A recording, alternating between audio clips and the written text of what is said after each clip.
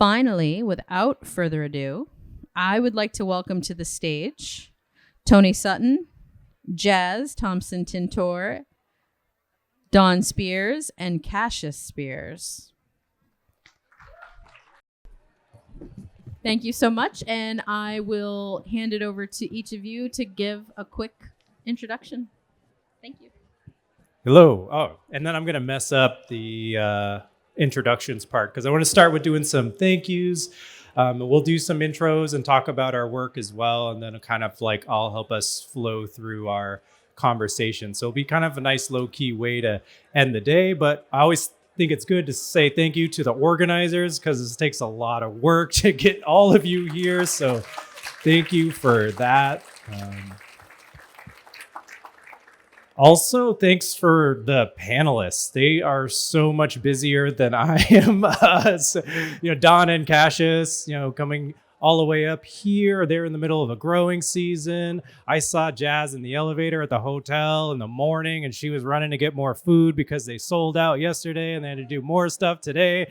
So again, they're busy people. So many thanks to you all for being here to share this conversation. It's going to be really nice.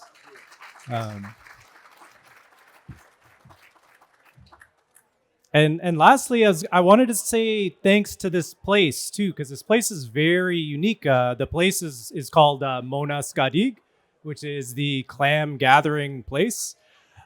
So one way I like to think about that is, as Roger Paul's taught me, is our language doesn't just reflect what we want or need in the world. It reflects our obligations to creation. And so what that means to me, at least, is that clam gathering is less about me digging clams and more about families, community, all kinds of people gathering together. So for all those Skijinawug who have traveled all over to here, many thanks for them for traveling back to this place again, like we always have.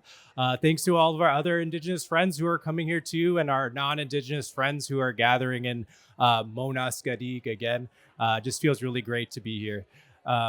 And just as we kind of like get into things, as we sort of structured this conversation, I've got some kind of like questions to help guide us through, but really we're just kind of trying to think of the stories that are most present in our heart. So the word that we have for that is duestu, which means to speak from the heart. So I'll start us off and then I'll kind of if we flow down the line, that's where it goes, but we can kind of speak to whatever stories come up. So we'll start our introductions. The question that I was sharing with everyone is like, who are you? What's your motivation, or what are you currently working on? Just to share some of the work with you all. So my name's Tony. I'm an assistant professor at UMaine, and I study Wabanaki foodways. And I look at that from a historical as well as a contemporary perspective. And as I was explaining somebody today about that, it's like, well, I have obligations as a teacher, obligations as a researcher, and then I have obligations to service. That's when I'm in community, doing cultural programs, things like that. But teaching and research is important, but none of that matters if it doesn't end up with us being able to, as I was learning from Cassius, it's not about teaching, it's about re-engaging in the practices that we've always done. So none of that matters unless it leads to, in case of Indigenous food on the table, stuff that's happening on our plates. And as a secondary motivation, just as me being as like a Skijin or a Passamaquoddy person, I grew up away from my culture. And so to me, I really found food as a way to get back into my identity. That's why I wanted to connect us to this place. Because when we connect to the place, we also connect to our ancestors. And that's another way of accessing our knowledge. And again, like I've just met Dawn and Cassius, but in our conversations together, we have so many things in common. But that's one thing I like to say is a lot of our food knowledge is also associated with traumas. But I think a lot of that knowledge is held in our places. So if we just get access to those places again, we can relearn that knowledge or re-engage with, our grandmothers, our great-grandmothers, our family. So again, like my motivation to this work is to get more food on people's plates. It's also how I understand myself in the world. But that's just me. I'm happy to pass it down to anyone else. Choose yourself and what motivates you, or what you're currently working on. Kwe Ndaliwizi Achasatagwe Nujiawi Banawabskewik Gwowi Dolbe Nagagagos. My name is Jazz Thompson-Tintor, from the Penobscot Nation, residing on Indian Island. And my clans are Crow and Turtle. So yeah, I am with Katahdin Kitchen up on the hill there. And also, I was formerly working with Wabanaki Public Health and Wellness as a food sovereignty educator. Stepped into a new role at Nabizin as a program coordinator. So I'll be working on a medicine trail there, which I'm really excited for. And yeah, I love food. I love food. I love like making concoctions, like different drinks and stuff, and finding ways to get things that people wouldn't typically find on their plates, in their plates, like herbs and stuff. I'm a real huge advocate for herbs and raw foods because our body is caught in fast pace. So let's slow down a little bit and think about what we're putting in our bodies to feel good. And that's something that I really try to bring forward in every space that I'm in, and tying medicine into that too. Yeah, I got a little bit of flag root in my lip right now because I have been talking so much. I was at a cultural exchange last week in Odenak, and I was just like surrounded by so many people, and we're all so excited sharing our stories together. And then by the end of it, I'm like, but happy to be up here and speaking with these wonderful people. So I'll pass it off. Ascui Kwasin, Natazois Katampanisha, English shot Dawn Spears. So hello everyone, Dawn Spears, Narragansett, and we're from Rhode Island. So I guess if you talk about what am I doing right now, goodness, don't get me started. I'm all over the place. But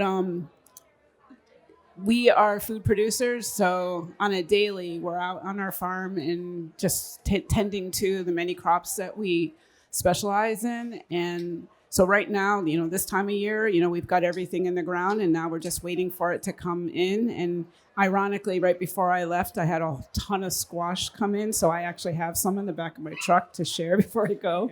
But we kind of specialize in heirloom tomatoes, but we also specialize in crops that are significant to us in our community. So we grow Narragansett flint corn, we grow strawberries, we grow the succotash bean, which is known as one of the three sisters in our community. And then we also grow a lot of herbs and plants, I'll say, that I can dry and save and we can use later on. But I think the overarching goal with us is really to be filling in the void for the plants that we can't access readily. So on our farm, we're also trying to introduce plants that we don't have access to as easily anymore. So that's like kind of one of our overarching things. And so not to totally take away it all, I'll pass it on to Cassius. So first of all, I'm going to just say a little bit about who we are and what our life was kind of like growing up. And first, Dawn and I have been married for over 40 years, and thank you. 8 grandchildren, we have 3 children between the two of us, and 8 grandchildren. But I grew up in a little village where we had behind us 3 freshwater ponds, and in front of us we had 2 salt marshes and an ocean in front of that. And no matter what direction you went in, there was food. You could go clamming, you could go crabbing, you could go oystering, you could hunt deer, turkey, you could pick hazelnuts and wild blueberries and strawberries. And so I remember my grandmother saying, depression, what depression? Because the style of life that we're living back there was just so plentiful. And as we grew older, when we had children of our own, we noticed that things was changing in the world and rapidly. And now that we have grandchildren, it's like, how do we grab some of those memories and bring it back? And how do we continue, that lifestyle? We're talking a little bit here today about sustainable agriculture. But really, I think the root to that would be social sustainability, because we talked earlier about what happens when the people fade away. I was talking to a gentleman earlier today about picking blueberries in Maine, and they said, well, they got machines now that pick a lot of that. We have one group that goes out and pick these blueberries, but at one time, he was saying there were thousands of people that would come and gather these blueberries. And then that social group and that social atmosphere and that energy that was there. So to me, I want to talk a little bit about that energy that we have and why we started being food producers and why the farm is working for us to bring people to a safe place to use, to grow food in healthy soil, talk about what it means to have healthy water, and just all these things that are very valuable to us as a people. And when we as Indigenous people, when we lose that connection, we lose our identity. So it's really important for us to have these resources. Am I right about that? And just kind of hold on to them and teach them and get folks to understand why they're so valuable to us and what we can do together to protect them. So you notice they gave me the mic last. But anyway, I'm going to pass it forward.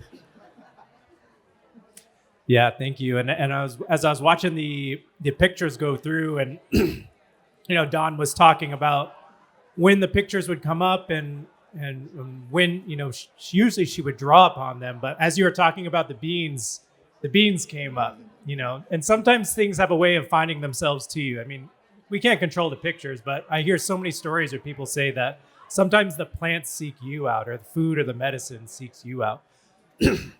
And while we look at these pictures, they're all beautiful, and they all came from our collective work. But like when we think of, Indigenous food to table or whatever you want to call it, like what ends up on the table is just such a small part of the story. A lot of what we have has had to endure, and a lot of that we're growing back also comes with some different challenges that's associated with it. So kind of like the next question we're going to work through is, like, what challenges do we have from our own experiences, being an Indigenous person operating within this sort of food system, or maybe we're diverting from it in some ways, but to speak to some of those challenges that we don't see when we look at the beauty of or anything that we see in the market. It all comes with its own set of challenges to make it possible. At least for my own work, again, I'm a nerd, so I get to spend a lot of time thinking about these things, but the conceptual differences matter. So here, at least in what's called Maine, the state of Maine gets to define what food means for Wabanaki people. And why that's problematic is from their perspective. Usually I have my water bottle, but I don't.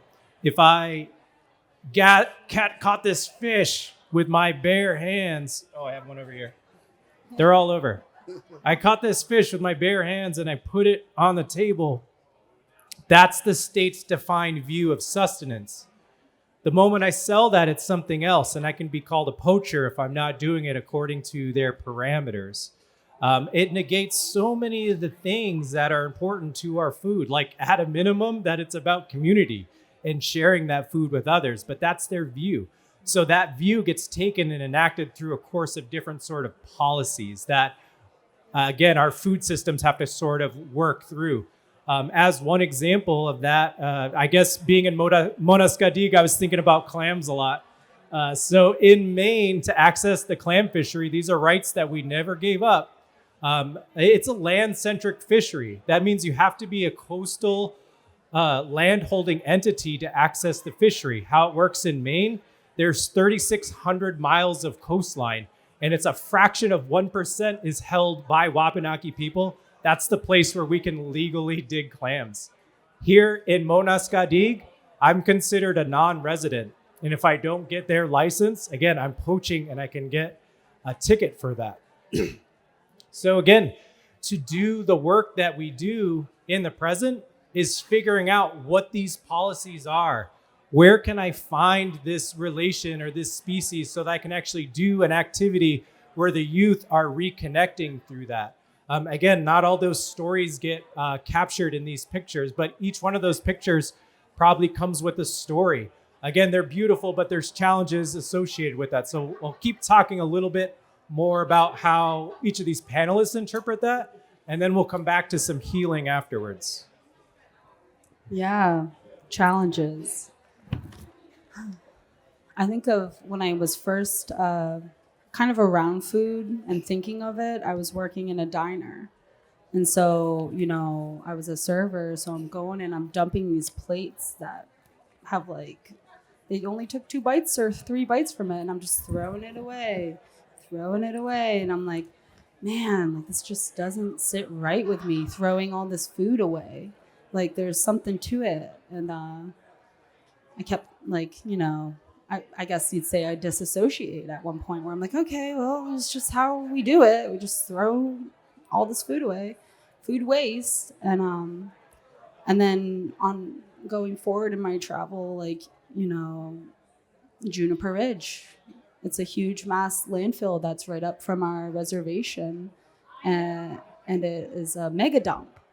And we are taking New York trash, bringing it up to Maine, and putting it in this mega dump right near our reservation, and so all that leachate, which is all this the water hits the landfill and it goes down through, goes into the groundwater. That is all that food that we're putting into the landfill is contributing to that, amongst many other things, but I'm not going to go off there. And so I was like, that doesn't sit right with me. And then another thing, if I just think of right centrally where I live, right along the way, there's a dam. And growing up there, you hear about an elder. He was like, yeah, going up to Katahdin, we would be able to go fishing for salmon, and you could walk across the salmon. You could see the river was just running pink because there was so much salmon coming up there. And to think of that now, we are so far away from that because of these dams that are stopping them from reaching their ancestral homes. And then another thing is the mills and stuff also polluting that water where the fishes live. And so it's almost like all these things were purposely placed close near us to poison the land. And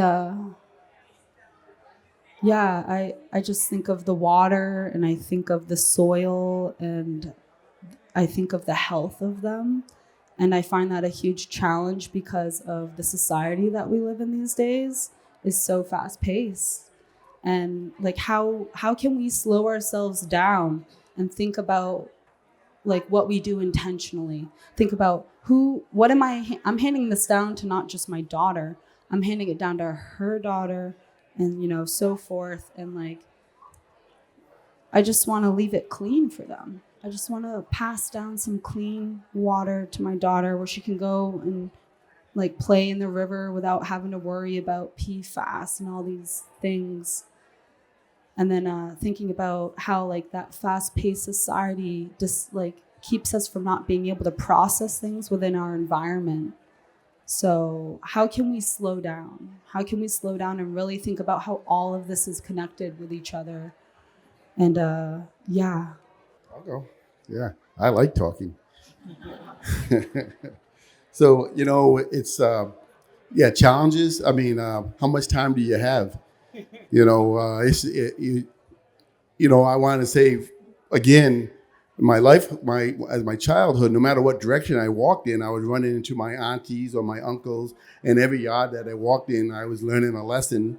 I remember one day I went and picked some blueberries. Instead of picking them off individually, I took and snapped the whole branch off and was walking home eating blueberries, feeling really good about myself, and ran into my auntie, and she's like, what did you do?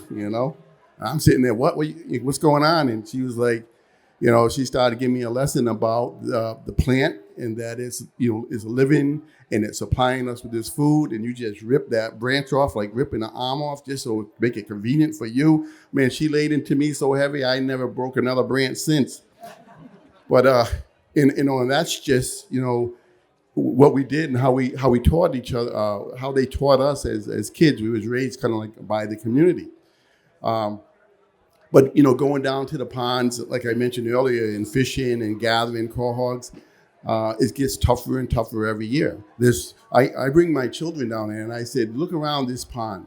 How many indigenous people you think own any of these homes around the pond? I said, that's right, not one. Not one. All right. And every time somebody moves in, they put in no trespassing signs. They want to block off right of ways. They want to do this, want to do that. So they look at, so what are we going to do? And said, today we're going to learn the way of the otter. I'm going to show you how to slide down this bank, and we're going to get some oysters today.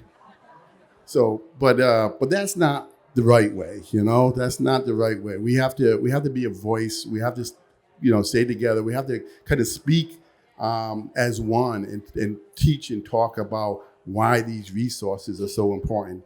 When we started. And I tell this all the time, I say, we grew up poor folks, and as far as money is concerned, rich in other ways, and you have to work hard to be able to buy land, to buy a home. You have to learn the language and go to school and learn the ways of business and capitalism and all that. And you do all this so you can buy a piece of land and just kind of like practice your culture and do artwork and other things that you enjoy doing. And not everyone is as fortunate to be able to get through that gauntlet and to have time afterwards to actually do something that they enjoy for themselves and for the community. So that's really, that really puts pressure on me as far as how can I show people, how can I help people, how can I use our property as a template to show what can be done, or just sharing it in general. So there's a long list of challenges to go. And when I tease a lot and I say, at least when you play the game of Monopoly, they give you money in the beginning, and every time you pass go, you get 200, right? You're not in the real world, so we got to really try to do our best. But we've worked hard over the years, and we have this beautiful farm. We grow a lot of produce that are very significant to us in our community. And we invite the greater community in as well. And we share knowledge and we share lifestyle. And we just, we're blessed in that way. But it didn't come easy. And there's so much more work to do. I leave here and I will be flying down to Washington, D.C. to talk to the chief of Natural Resource Conservation Service. I have an appointment with the individual just to talk about making sure that our voice as Indigenous people is at the table when they're making decisions, like for the Farm Bill and other ways to spend money. And we have to put ourselves in that position, because sliding off the bay like the otter is getting old.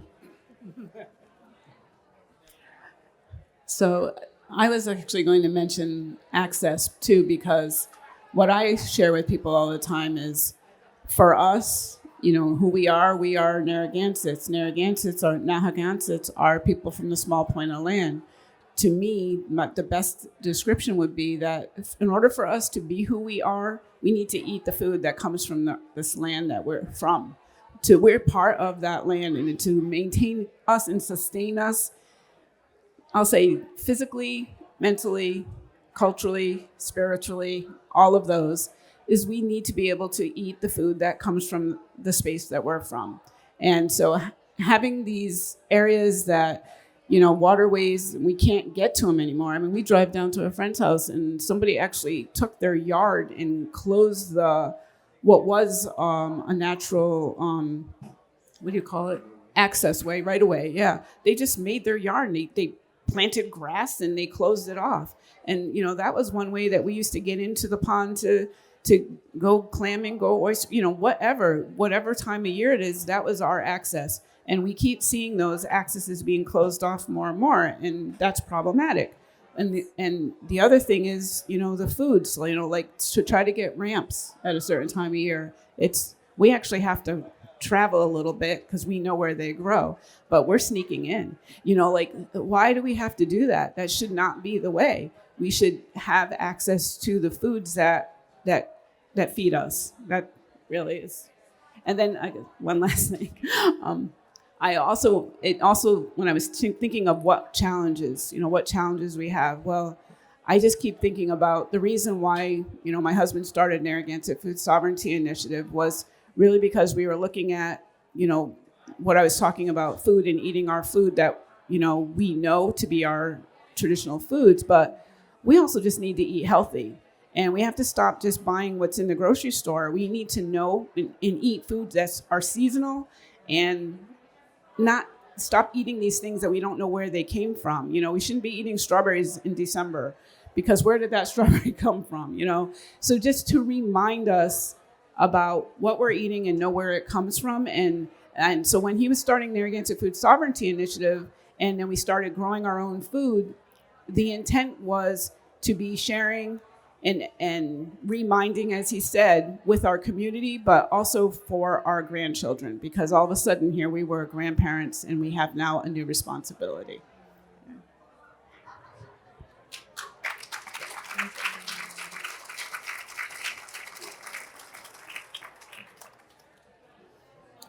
Yeah, I feel like that it's important for us to know and talk about these challenges, because I feel like, every Indigenous nation has their own story about what's happened to its food. And it wasn't like out of coincidence either. A lot of these policies were intentional in the ways that they were created. And again, I can go on my nerd, do a little rant for a second, but you can even trace the moment where they started creating distinctions between recreational and commercial fisheries. And there was intentions behind doing that too. And they had to do with economics. And they also had to do with the assumptions of what they thought of Indigenous economics. And they didn't think we had any, even though we're probably trading with their ancestors and other ones up north. But yeah, so we know these challenges. It's good because then you all can understand, like when we talk about the healing part of our work, you understand like what it means and what it's had to do to get to that point. And you can get a sense of why that motivates us to keep going in those places, even if the policies say we're not supposed to be in those places, because what we're doing is bigger than what we are in this moment. And I think that's what's so exciting, at least for me in this moment, is like when I got my job, I was like, this is such a huge job. But what I learned is there's so many individuals like us who are having these conversations, who are doing this work to make this healing possible. It feels just a little bit better knowing that, we're not the only ones. We're just a fraction of the ones who are out there doing this work. But as we kind of move into like thinking about healing, that's sort of like the next question we're going through, is that healing can be many things for all of us. So we're just going to share a little bit about what that means within the scope of our work. And again, I just told you I'm going to talk about clams the whole time it was here. But one of the reasons, sorry, you can have some too. Actually, the way that we learned clams, and maybe that's why it's coming up, is that it was a dog in one of our really old stories who taught us where to look for the clams. So maybe that was something more magical than just a dog yapping in the audience. Monaskadig, I told you, it's a magical place. But the reason why I'm so interested in it, one, my mom loves them. But two, a lot of the foods that we do have access to tend to be so heavily polluted we can't eat them in any meaningful quantity. And clams just relatively have just a small policy barrier that prevents us to getting them. And they're relatively low in pollution. So I'm super interested in them because I want to reconnect to that practice and also that healthier food source and just the community that gathers. And one story is I was doing a presentation sharing the story of what happened to our food here and the intentionality between separating us from the coast, and how the commercial clam fishery, at least the municipal powers, were given to them in a time where we didn't even have the right to vote. So I doubt that we were deciding anything in terms of shaping that conversation, because if how much land mattered, I think they'd be like, excuse me, we need a little bit more coastal land if that's going to be one of the prerequisites. But anyways, a coastal municipality heard that story and they said, hey, why don't you come out to our area and we can do a clam gathering together? And it started there. So we had a partnership with this group, and we got Indigenous nonprofits. We were able to organized some people to get out there, and we did a clam gathering and a clam bake, and it was just the best time. I was kind of worried that like my kids would get burnt out being there, but being down by the salt water together, we were there just all day, and everybody was just so peaceful. And I just had like two big realizations. So like one, when we had the clam bake, cooking the clams over the seaweed on the hot coals, just like our ancestors had done, like it confirmed something I kind of thought I knew. But that's one of the assumptions about like we think about food 1,000 years ago, because now we have tacos that are made out of Doritos. So it's hard to think about, was food back then tasty? But when I had those clams that came out of that clam bake, the flavor was just so complex and so delicious. Don't get me wrong, I'll eat steamed clams all day right alongside my mom. But the ones that came from that clam bake just had a flavor. And I was like, no, our ancestors, they were eating well because they were doing stuff like this with their families. They weren't doing this individually. And then the other thing that I realized, again, remember, 3,600 miles of coastline, and we manage less than 1% of that. That's not a lot of access to that. What happens when people stop telling stories about gathering clams? Then they stop caring about access to that. So when we were out there, I started noticing everybody's telling stories. This is what I did with my parents. This is what I did with my grandparents. This is what we do when we were gathering blueberries. Now there's continuity with those stories. It doesn't solve the problem, but I know people are re-engaging with that practice. They're telling those stories again. And if those stories continue, we'll continue being out there too.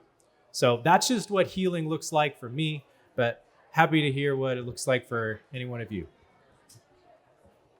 Go back this way. Okay. Okay, my turn again. Great.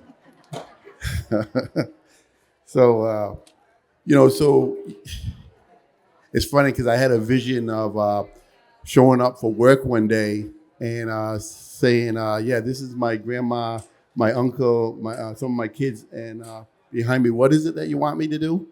And they're like, you're supposed to come to work by yourself. And you're like, well, we're not used to that. We come as, a team because we're all learning and we're all partake in what we do. And it's like the world is trying to individualize you, and we come from a tribal mindset. So, we got to do things in groups, and, when we teach and we work with each other as we're doing it. And like you said, you bring your children along. Yeah, it doesn't work well in the society that we're in, but it worked well for us when we got our farm, because now we can have anyone who wants to come down and work on the farm and work together, and we'll look for the next 7 generations, and we're diversified enough to where, oh, you want to do mushrooms? You can have that whole section over there and do mushrooms. Oh, you want to do this? You can go over and do that. You want to plant? So we give everybody, that diversity where it keeps everybody, engaged, I should say, and feeling part of, what we do together as a tribe. So I can't get off that subject about, how important it is for us to be able to have that space, have these events, and be able to come together and work together and talk about our future as a people, as Indigenous people, and what will it look like, 100, 200 years from now.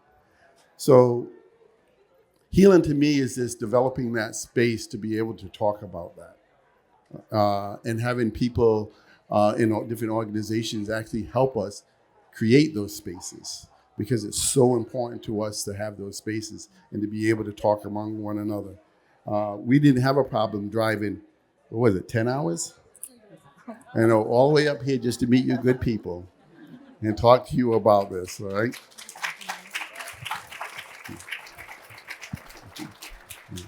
Thank you, folks. I just wanted to know we have 5-minute warning before we get to Q&A, and I'll ask the volunteers to collect the cards at this time. So I had to think hard about this. I think the word healing kind of was intimidating, but then I thought about it, and I thought about, there's healing in little stories that we have, like the story of, me telling a few of my cousins to go over and stand by our cornfield that was on our tribal land, and beautiful field of corn that when I looked out on it, it literally looked like me looking at my ancestors. You know, it was beautiful. And I never understood, I guess, until at that time, how powerful it was. So having those kind of moments where I can say, go stand by the corn, and they come back to me a few minutes later crying, because the energy that was coming off the corn was there, you know, it was connecting us back. That corn is our family. And so those kinds of moments to me are healing. And because it's reconnecting us, because we can grow a row of corn in our garden, but to have a field of it growing and to have us going out, either planting it or harvesting it, you know, the songs that come with it, the camaraderie that comes with that harvest, nothing can take that away from you. That is building community, and that is healing to me. One person asked you how close Yeah, healing. The first thing I thought of was fiddleheads. You know, going and picking them with my gram and my mom and my aunts and stuff, and then coming back to the island, and we'd all be cleaning them off together, and then we'd be bagging them up. And as people are driving, like, hey, you need a bag? Do you need a bag? And we'd just be passing them out to people. And like that in itself was really healing, I feel like, with me and my mom, because, you know, her mom, before 1978, you know, they couldn't practice a lot of the things that our ancestors were doing. So there was like this division between that generation. But then like the healing started with like, no, we are gonna go out in the land. Like my grandmother Sipsis always said, like, you don't ask for your sovereignty, you enact it. And I truly believe in that. Like I'm not gonna go ask whoever lives between me and the water if I can get there. I'm gonna go to that water and I'm gonna get the clams and feed my family that. And if someone's gonna give me heck, I'm gonna go, nope. If you really wanna hunt me down, you can, but you shouldn't. And then also like thinking of like corn. So like Abenaki flint corn, like flint corn, a lot of like people from an older generation that I live on the island with, like, have never even heard of flint corn. But now we have someone within our community in the Wabanaki Food Sovereignty Group who's growing the flint corn, and they're bringing cases of it and passing it to people who want to develop that relationship through namixalizing it, through grinding it and creating like polenta or, you know, the corn cakes or whatever with it. And to like see them hold the corn cobs and like press them and shake, like, I don't know, not shake, but like rattle them against each other, that sound and like the ability for us to eat it. It's kind of like what Jerry Perdilla has said. When we eat our ancestral foods, we're downloading that genetic information that was passed down through lineages, and people before they would plant the corn would put it in their lip and they'd plant it. And I had the chance to teach that teaching that I was taught to the kids who were planting the corn. And so to see that coming back around again, it's like, I'm just a vessel for this energy to flow through in the ways that it needs to. And so we're doing an outdoor kitchen on our property up Oak Hill, but it's not on our property, it's everyone's property. Like, please come and talk, fill up your cup, like sit down, let's discuss like what is on your mind. Because I feel like the spaces that you're talking about where we can talk together and figure things out, it's like really what's needed right now. Yeah. So, I just have to add one thing. When Dawn was talking, she reminded me that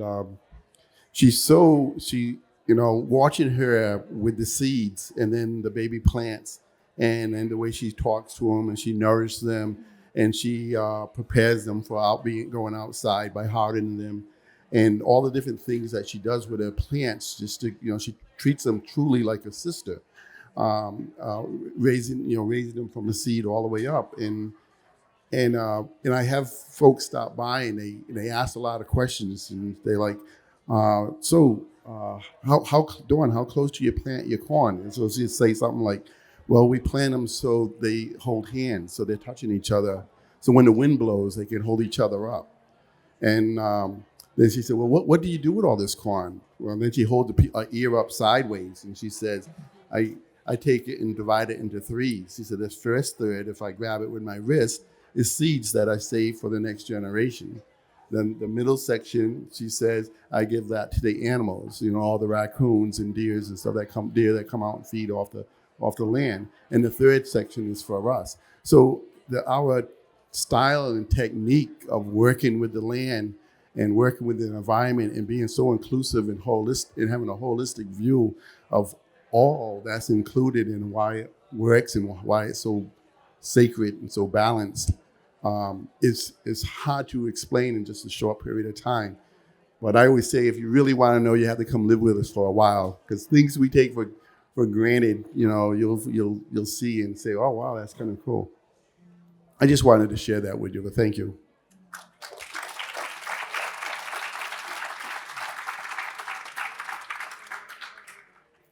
I know. Oh, quickly, before we get into these questions, and I've got the burden of having to look through all these questions, which will be fun.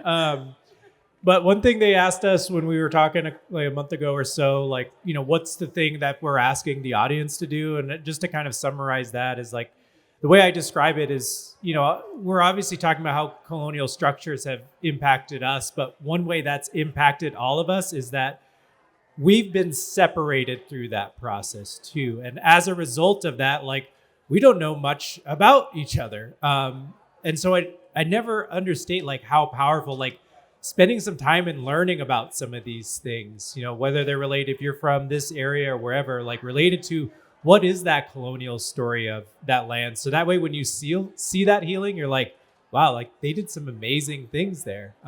So spend some time. We've shared some resources. Dawn and Cassius have shared QR codes that link to their website so you can learn more about their work. But yeah, please do not underestimate how much spending some time learning can do. That's the whole reason why I was able to do that clam gathering activity, is because somebody was like, hey, I want to go and do and learn something. And magic happened. So I'll try and pick through some of these questions, but to start off with this one, can you talk a little bit about the importance of native species and heirloom varieties? The importance of, well, I mean, for me, I think it's very significant for us to maintain our relationship with the plant. So I save seeds, but I also trade seeds. So we do seed swaps when we have food summits. We have like Indigenous food summits. So we get together and we swap seeds. So it's really cool sometimes when I see a seed that I haven't seen for a long time or I remember from childhood, because it's just really interesting when you get that like memory, right? If you all of a sudden someone makes a dish and you all of a sudden taste something you haven't tasted since childhood, it's crazy how it comes flooding back and that warm feeling you get. But the importance of it, I don't even know how to measure that. It's so extremely important. And you want to piggyback? Well, I can say that the land that we are on now, we have forest land, and it meets a meadow, and it rolls down into a creek. And then blends out into some nice agricultural land, some nice soil. And so that's the home. We go out and we actually harvest different plants like marshmallow, plant it down by the marsh, boneset, different plants, wood lettuce. So when we're giving a home to all the plant life that is important to us in either medicine, food, or technology, or all of the above. And so, creating these places for them is also a reminder to us about, our ancestors and how important these medicines and these foods are to us as a people. Well, I would also add that, like, I just had a conversation with the traditional chief of the Wampanoag tribe last weekend, and he's working on also the plants that we know, like we have a hard time finding, and actually, responsibly transplanting them into a safe place so that we can keep them growing. So he's also propagating. So I think that in talking to him, we've even talked about exchanging. So I think there's going to even be another like secondary side to that seed swamp, is that we're going to do some plant swapping too, because it is important. And I think community to community, we could do that to help us all sustain ourselves. Most definitely. And something I think of is like, you know, we're so used to seeing orange carrots in the store. We're so used to just seeing like certain heads of lettuce in the store. And it's all purposeful. You know, colonization has made its way into all of our communities and has made us reliant on them. And through that, we've lost a lot of our heirloom varieties. But the more that we can come together and talk about it, we can like pinpoint like, oh, so there's Abenaki Flint Rose, and it's like someone told me that it's pink all the way through to the hull. And a lot of the Abenaki Flint Rose that we see isn't technically that. So like being on that quest for it and looking for it and like communicating with other communities and seeing what seeds they have and seeing what seeds we have, we can find those varieties. And through many of my relationships that I built with people, like even online, but mostly just in person, is through seed swaps. So yeah, right on. Yeah, the only thing I would add about that, looking at it from a different perspective, is that I bring up like the topic of aquaculture. And rather than like pick a side, I would just like, the way I interpret that is the way it's at least discussed is it almost seems like it's the end product. Like I saw when they were trying to open one near Belfast, one of the concerns was, well, what about the wild salmon fishers? And they were like, well, don't worry, there's no wild salmon there. And I'm like, there's a reason why there's no wild salmon there. Again, it's sort of treated as this sort of end product, but in my opinion, it shouldn't be the end product. If it's a part of restoring wild harvest in here and the systems that have been already destroyed, we should be having that conversation too, not just figuring how else we can continue to develop the land and water. And also, like, I saw this beautiful salmon spear over there. Like, nobody has a relation to spearing a salmon that had grown up in a tank. Or you're not walking in the footsteps of your ancestors. You're not getting back to those fishing locations if that is the end goal. I'm not saying it's good or bad. I'm saying there's a lot of parts of our culture that are attached to in relation with these species that don't get expressed if that's the mean of getting that. It does solve some important problems in terms of people accessing food, but at the same time, it should not ignore that conversation that improving wild harvest should be, the goal. All right, so some other questions. Speaking of, I feel like I want to ask all fisheries questions, but I'm trying not to. How is food and medicine intertwined? That was another one. You are what you eat. Yeah. Ditto. Mic drop. So, food and medicine. It's what they say, the amount of, you can, you got me on that one. It's so connected, I would say. They're one and the same. They're right? one of the same. Food is medicine. So the best thing is to keep it healthy, keep it clean, keep it growing. Fresh is best. I just think of fermentation. I'm like, oh, I love fermenting things. Just because you're putting like something that has already been kind of digested and putting it in your stomach, and it's putting that probiotic in your stomach, and it like your gut is your second brain. So if we treat our gut better, we'll feel better, and we'll be able to have like really beautiful conversations. Yeah.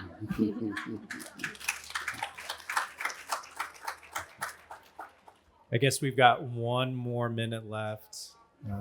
Maybe if somebody wants to, they can speak to it. I like this one. Like, it's related to access, but we're at the end, so let's talk about what that means when we actually do have access. So like, how big of like having access to certain species or ottering down to the oysters, whatever it is, how big of a role of that is in gathering in terms of fostering community, creating that community?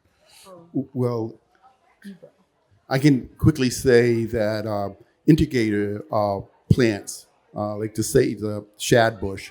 It's a plant that when it blossoms, we know that the shad is running in the river. So we don't have to keep running down to the river to say, the shad there yet? The shad there yet? So we just keep our eye on these indicator plants. Well, with climate change, the shad bush blooms at a different time that the fish is running.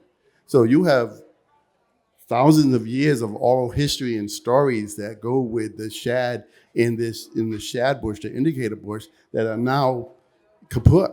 How do you explain that? They're out of sync. How do you explain that, to the next generation? What do we do to get that back? So I would say that to that question, which I forgot the question. In terms of like getting access, and you talked about the difficulties with that, then what does that mean when you're able to build community around having that point of access? So to be able, and that's what I was getting at, is that to be able to share these stories within the community and the importance of the world, our calendar, I should say, and how it unfolds throughout the year and all the different celebrations, strawberry Thanksgiving, green bean, green corn, maple syrup, a hunter's moon, all these different celebrations we have that bring people together. If we're not able to continue doing that because of a number of reasons, if it's lack of resources, if it's climate change, if access, all these different things, again, we will dissolve as a people because that's how connected we are to the environment. We're as one. And I'll just say at the end, with access comes back everything with it. It's not about extraction. It's about care. It's about stewardship. Yeah. It's about ceremony. It's about community. That's also where our language comes from. A linguist said one time, like, how can we revitalize our language? They're verb-based languages. If we're not verbing, they don't come back. So with access, everything else comes back with it. So thank you all. Thank you so much. We certainly appreciate you sharing your time, your expertise, your thoughts.